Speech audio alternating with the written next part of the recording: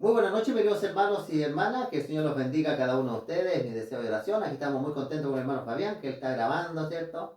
Recuerden que el día sábado estamos en el Facebook, ¿ya? Ahí estamos, vamos a tener en vivo un tema el sábado de 11 a 12 en el Facebook, ¿ya? Va a estar predicando nuestro hermano Fabián para que los que lo conocen, ¿cierto? Lo puedan ver el hermano. La otra semana predico yo.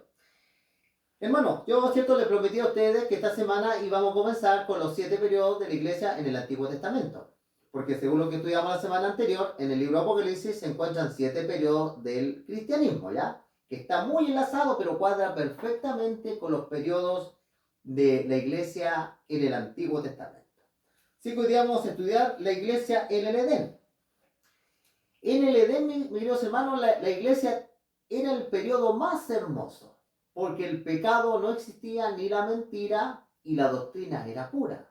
Muy parecido al periodo de la iglesia de Éfeso. Recuerden que la palabra Éfeso en griego significa deseable. El periodo deseable porque era la época que el Señor Jesucristo entregó su mensaje y estaban los apóstoles, la primera generación.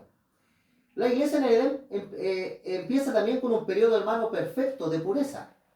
Génesis capítulo 1, versículo 31, dice la palabra de Dios: y vio Dios que todo lo que había hecho he aquí era bueno en gran manera. Y fue la tarde y la mañana en el día séptimo. El Señor, cuando terminó de crear, mis queridos hermanos, vio que todo era bueno en gran manera. No había enfermedad, no había pecado, los animales no se comían unos con otros, todos comían hierba. Hermanos, los árboles, ¿cierto? Todo era hermoso, todo era bueno, pero en gran manera, como será el paraíso cuando el Señor nuevamente lo restaure. Vamos a ver que también Dios creó ahí el matrimonio. Génesis capítulo 1, versículo 28 dice: y bendijo Dios, y le dijo Dios: fructificaos, multiplicaos, llenad la tierra, sojuzgadla, significa gobernarla, enseñorear, dice, los peces del mar, las aves de los cielos, y en todas las bestias que se mueven sobre la tierra.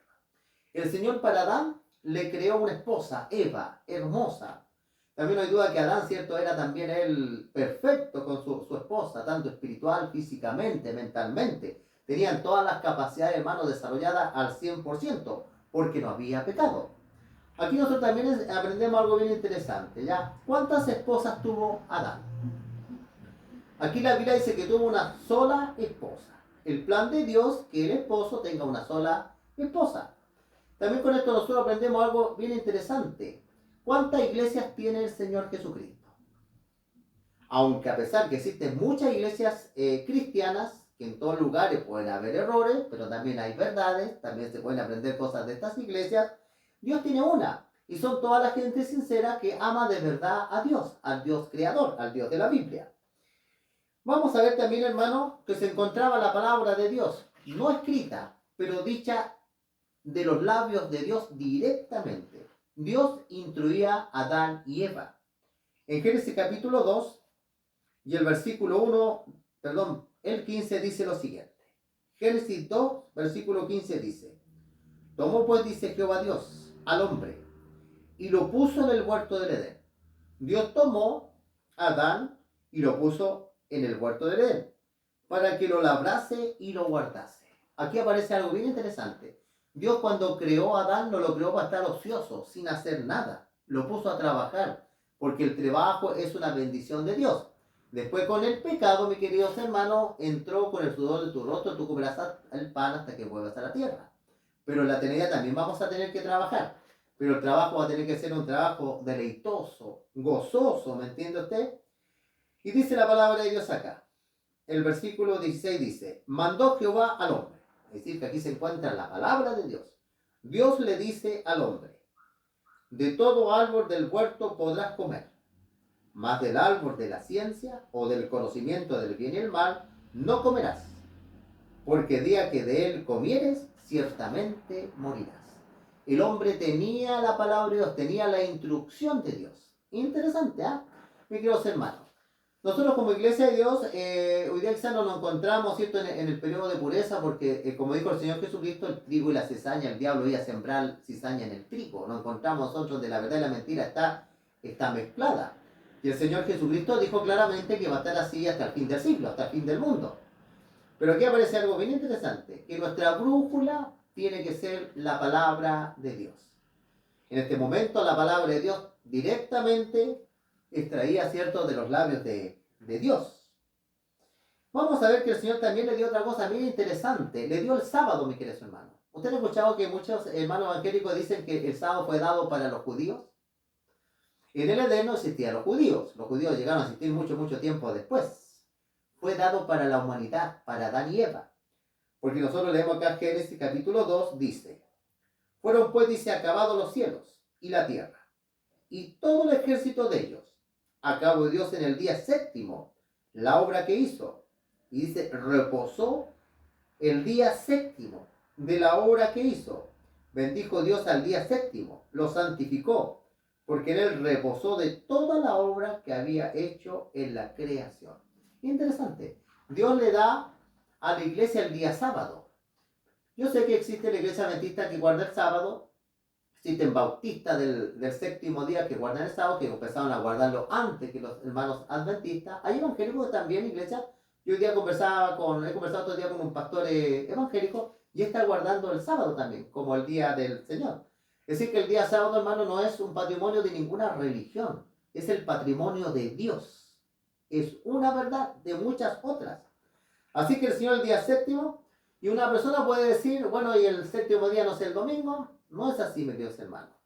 Resulta que en los tiempos bíblicos, hasta el tiempo del Señor Jesucristo, porque después Roma cambió los días, el primer día de la semana era el día domingo. Por eso Cristo resucitó el primer día de la semana, que era el domingo. Entonces, para la semana judía, para la semana de Dios, el lunes, el domingo era como el lunes de hoy día. Es decir, que el día séptimo es el día sábado. Y comienza de puesta de sol hasta la puesta de sol. Dios lo santificó, lo reposó y lo bendijo. ¿No le parece a usted, hermano, que eso es maravilloso, las características que tenía la iglesia del Edén? Pero el hombre, cuando pecó, mis queridos hermanos, a la iglesia se le reveló, porque el plan de la salvación estaba de antes de la fundación del mundo.